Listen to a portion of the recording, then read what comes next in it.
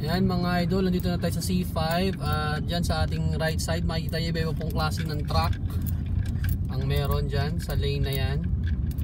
Ayan po.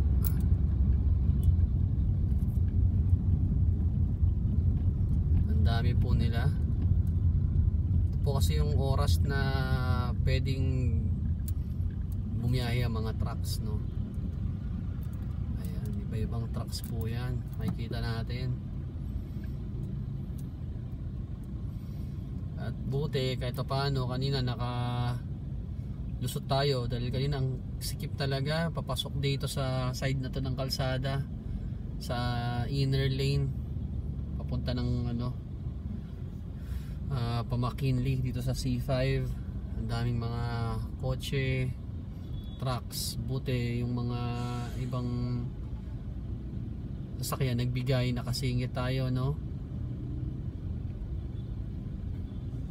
Ayan, stop tayo ngayon at waiting. Ayan, naka-go na tayo, go. Ayan.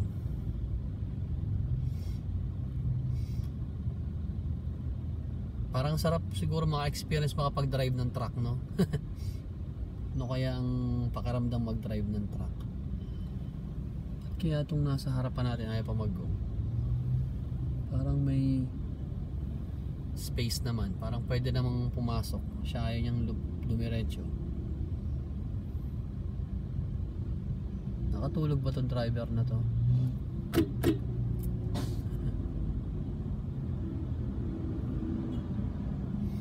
Malawag naman, nakakalusot naman yung o kaya meron, ayan malawag naman eh. Ayaw niyang dumiretso. Kung may sasakyan sa harapan niya na gustong sumingit, hindi siya makapag-drive, papasok. Ano kaya? Ito, parang katulad ng ginawa ko kanina. Gusto niya lumipat itong coaching isa sa harapan niya. Kaya hindi siya makaabante itong Innova. Ayan, yan pala ang dahilan.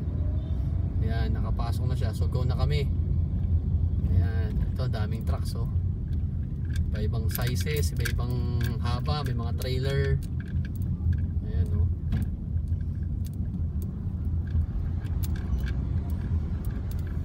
Kaya pala, hindi ko siya nakikita, merong palang lilipat ng lane.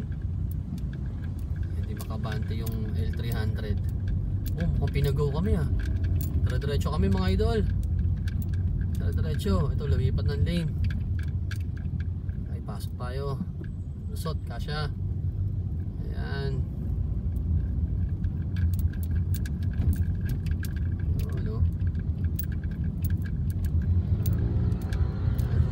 Na yung NMAX ba yun? Ayan. Ito, stop na tayo rito sa side na to.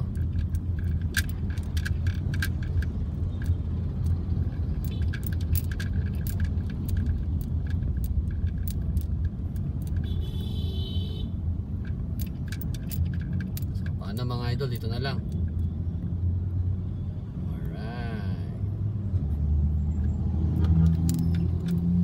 Yata yung truck na isa sa harapan na